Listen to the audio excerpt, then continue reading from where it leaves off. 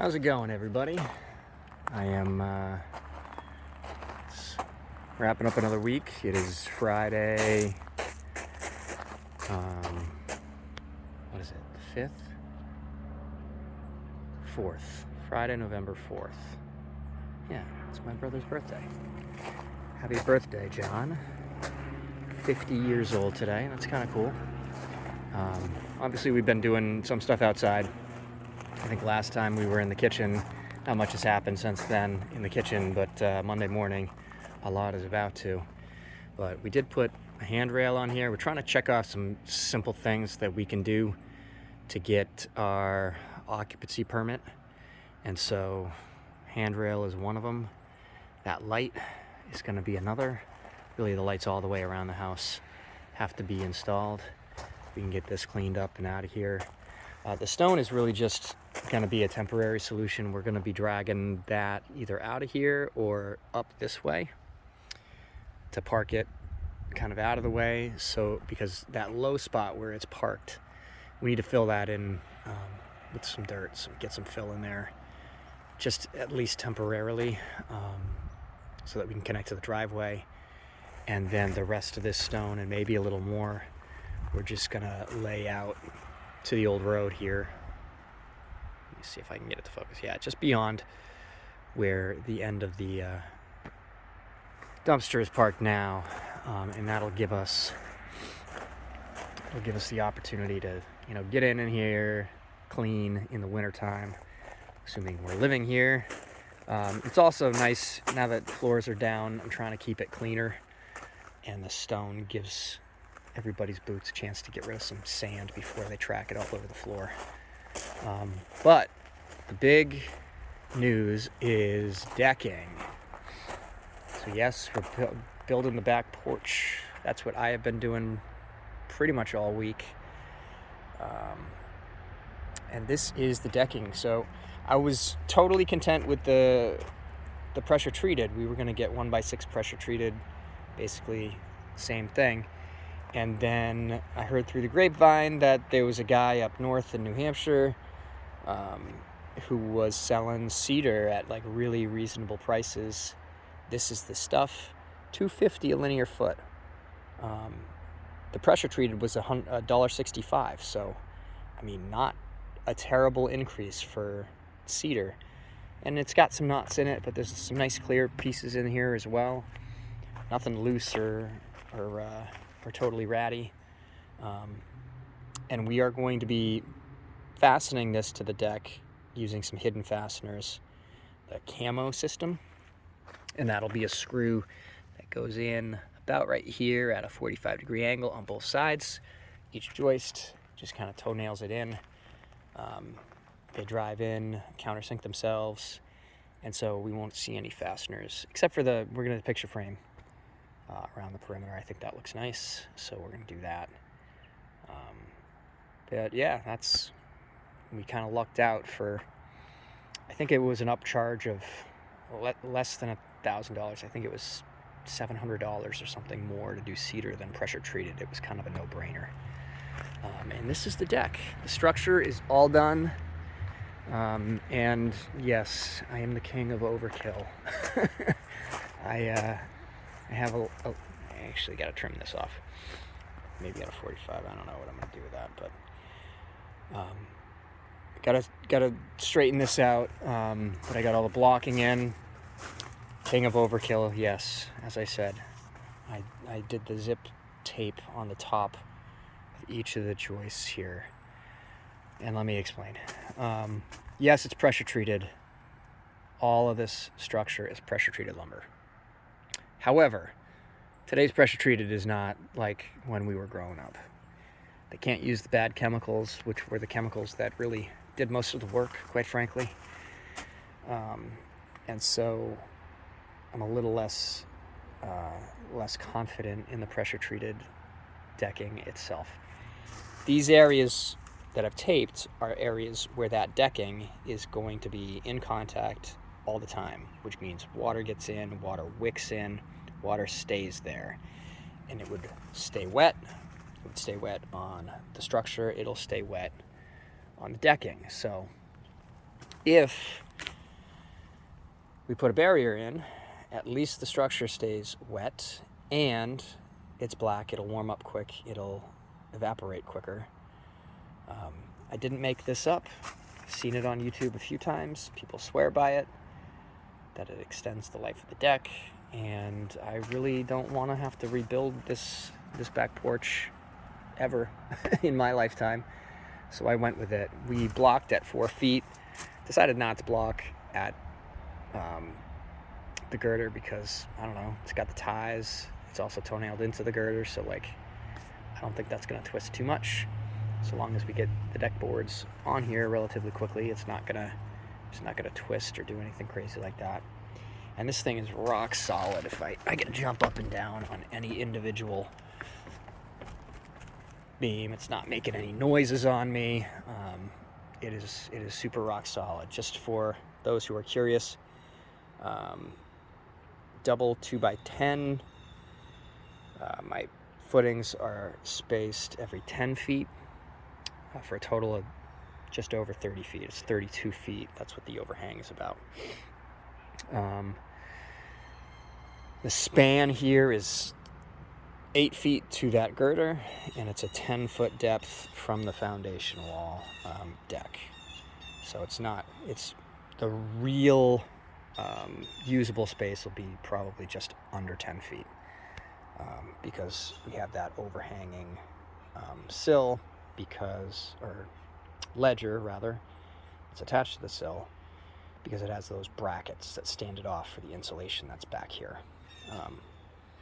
So yeah, lots going on there to tie it all in. And this blocking I left down. I did not tape it because it's going to have air between the decking boards and it. It'll be able to dry out. There'll be no standing water in contact to rot anything out. The flashing drips all the way. This is an unusual flashing because we have an unusual ledger. So it comes all the way out and dives down. I just kind of slap the tape on top, just kind of sort of trying to keep the end grain of these floor joists a little bit more dry. What else? Used all the structural screws, all the Simpson ties, everything's to code. I have a unique situation here, right? I've got fresh air in for my ERV on the first floor, and then I think exhaust right there for the ERV on the first floor. This pipe, which is not done getting insulated here, is for the clothes dryer. And we've gone through all of this hassle. Oh, my bad. One of these is for the range. I think this one is for the range hood. That is exhaust air. And then my supply air is way over there. So it got a nice, neat little boot like up above. Down here it got buried, so we just put the mesh on and it's sealed up from bugs and things. It's going to be hidden under the deck. But again, this is the clothes dryer. This is really all we could do unless we wanted to go out the side, which we definitely did not want to do. There's brick over there, this driveway, it's very public. I did not want to dump moist hot air in the winter or summertime underneath this deck. I think that would be a terrible plan. And I honestly don't love an extra 10 feet of run here, but I did it out of hard pipe. There's no flex in any of the run. The run is going to be probably 20 feet long because it's about 10 feet inside. So it's not awful. It's not ideal, but it's not awful. And I'm insulating it for those wintertime scenarios where, you know, the exhaust coming out of here might be, I don't know what a dryer puts out, 120, 150 degrees. It's warm and hot, so, and moist. So I don't want any condensation on the inside of the pipe because it's super cold, right? Cold outside, warm inside. Condensation can happen kind of on either side of that scenario, mostly on the inside where all the moisture is and the warm air is. So I'm wrapping it, trying to keep it separate from the super cold air. But I also need to seal it up pretty well so that the critters don't get into this fiberglass insulation. So I've got another plan to kind of wrap this. I'm gonna top this. The rest of this I ran out, so I'll have it kind of doubled up, and then I'm gonna wrap it in one final. So it'll have kind of 3 layers or 2.5 layers of this insulation in there, and it'll all get taped, foil sealed. Hopefully that keeps the critters away. If not, I'll have to do battle and come up with a different game plan, but I'm hoping that works fine or good enough. Like I said, I don't want it to, create ice on top of the deck because of the heat, melting snow or frost and making a spot where we're going to slip if we walk out here. So that is what this is all about. The blocking had to change here, and that is why it's flush right there, and that's why I put the zip system on that particular piece of blocking. Along the outside, it's just a typical vent. It was nice and square, so I elected to put it on the structure here, and the skirt board will wrap around it. Felt like that was going to be the cleanest way to do it. Got stone underneath everything. I think I've covered most of my bases here. Trying again to get this right. Do a pro job here. And it looks pretty good. It's nice and straight. You can see there's no wave, wiggles. I even got my power planer out and evened off some of these that were a little uneven. The thickness of these joists will vary by a strong 1/4 inch, sometimes as much as 3/8 of an inch. I didn't have anything crazy like that, but I did have to knock a couple down. But yeah, that's it. So the rest of the plan is that we're going to be having stairs come off the side here. I think either 4 or 5 foot wide. Should be just 3 steps. This grade needs to come up, as you can see, quite a lot. It's quite low down here. It drops way down.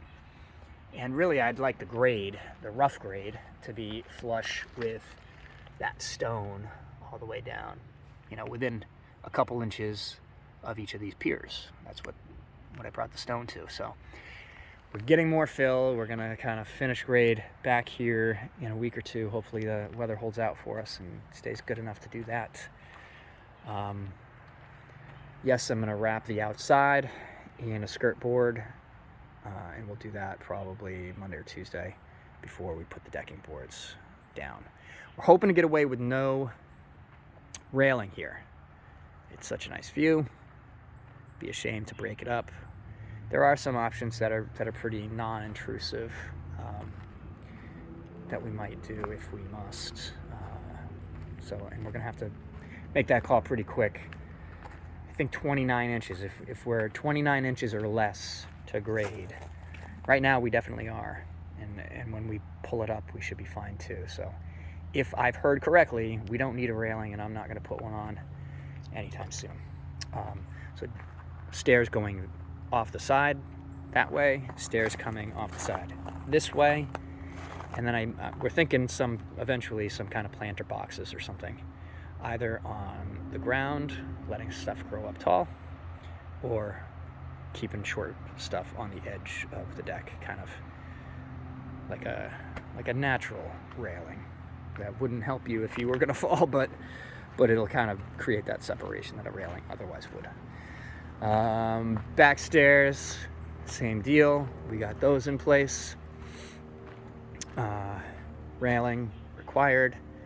We ran 1 post. We finally trimmed the posts off, but we're not done yet. We need to put the caps on and do some caulking around the bases to make sure that they're all set, but they turned out nice. Those caps will go on, and then the railing will happen whenever I get around to it. But yeah, that's kind of the state of things. Now the front steps are still an issue. I'm supposed to be hearing back. Should have heard back this week, but I'll bug the guy who's supposed to put the stones back in place. He's got 2 more stones for me to finish the front steps the way they were, And again, hopefully we don't need a railing. If we must, we'll probably put a temporary railing in place and then take it out after we get our CO.